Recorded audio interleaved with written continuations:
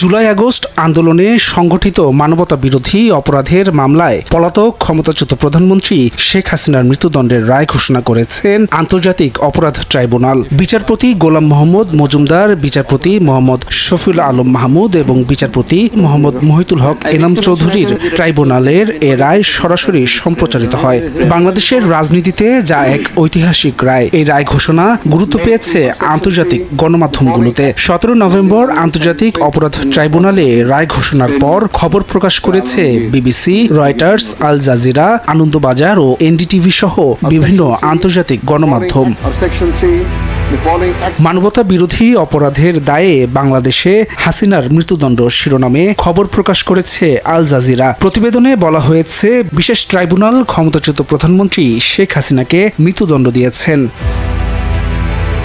ছাত্রদের উপর দমন পীড়নের মামলায় বাংলাদেশের ক্ষমতাচ্যুত প্রধানমন্ত্রী হাসিনা দোষী সাব্যস্ত শিরোনামে খবর প্রকাশ করেছে বার্তা সংস্থা রয়টার্স। এতে বলা হয়েছে, সোমবার বাংলাদেশের একটি আদালত ক্ষমতাচ্যুত প্রধানমন্ত্রী শেখ হাসিনাকে মানবতা বিরোধী অপরাধের দায়ে দোষী সাব্যস্ত করেছে। ফেব্রুয়ারির শুরুতে অনুষ্ঠিত হতে যাওয়া সংসদ নির্বাচনের কয়েক মাস আগে এ রায় এসেছে।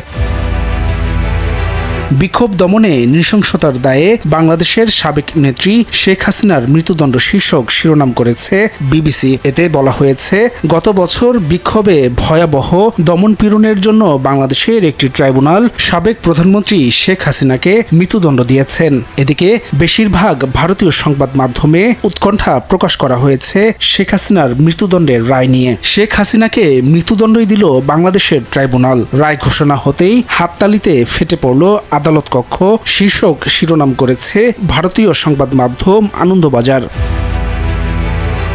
ছাত্র জনতার অভ্যুত্থানে সাবেক প্রধানমন্ত্রী শেখ হাসিনা ক্ষমতাচ্যুত হন। পদচ্যুত এই নেত্রীকে গত বছর ছাত্র নেতৃত্বাধীন ওই আন্দোলনের উপর সহিংস দমন-পীড়নের নির্দেশ দেওয়ার অভিযোগে অভিযুক্ত করা হয়েছে।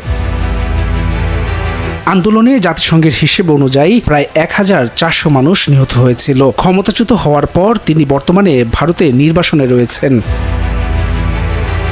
Desk report, daily news.